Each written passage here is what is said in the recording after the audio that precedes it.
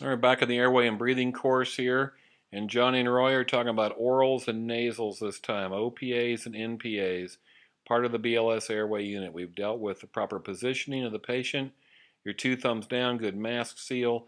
Now we're going to add some airway adjuncts. If you have completed that jaw thrust mask seal, you've already seen some stuff about orals and nasals, and then we're going to finish up the BLS airway unit with some bag mask ventilation.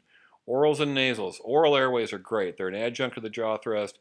Doesn't allow you to let up off the jaw. It just helps you deal with the tongue. It's great for those that don't have a gag reflex. But if they have a gag reflex, the oral's coming back out, and it may also be followed by some vomit. The problem is that how do you know if your patient's got a gag or not? Well, kind of what we're down to here is, take that oral airway or something else and pinch their nail bed pretty hard. And so if they won't respond to pain, they probably don't have a gag. It's possible, but it's at least a good bet. It's the best way of determining. Size it the usual way and place it, and then move on. But then there's nasal airways, and again, they're not a replacement for the jaw thrust. They're just an adjunct. These work for folks with a gag reflex, if you can get it into their nose. Some people don't have very good access into their nose. One side of their face may have a broken nose or something, and you just can't get in there. And the problem is that these are going to cause some nose bleeding. And you can try to size it with the size of their pinky or pretty much a guesstimate. And the NPA is its diameter and length are proportional. So the ones that are longer are also bigger around. And that makes sense.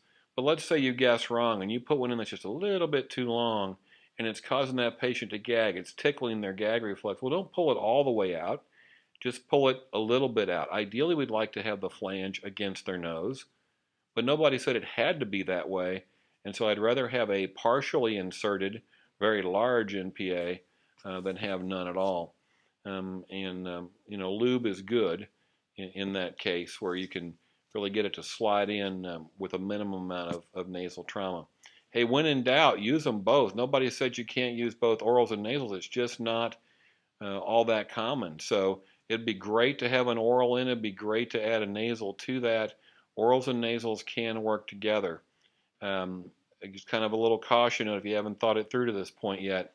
These days we're really into Narcan intranasally.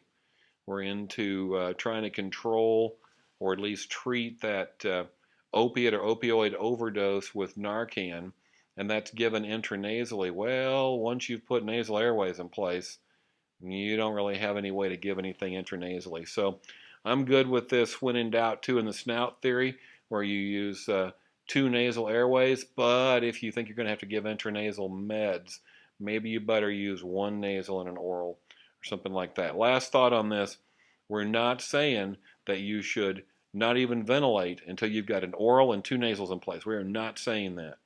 We're saying that you ventilate and then you add an oral or a nasal.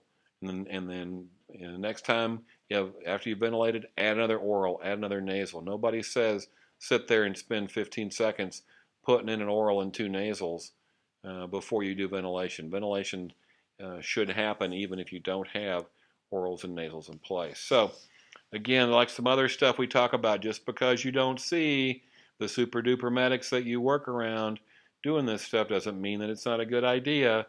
We didn't invent this. We're just copying great ideas from somebody else. And why not use what works? It's okay to be weird as long as you're good. So orals and nasals, pretty simple topic.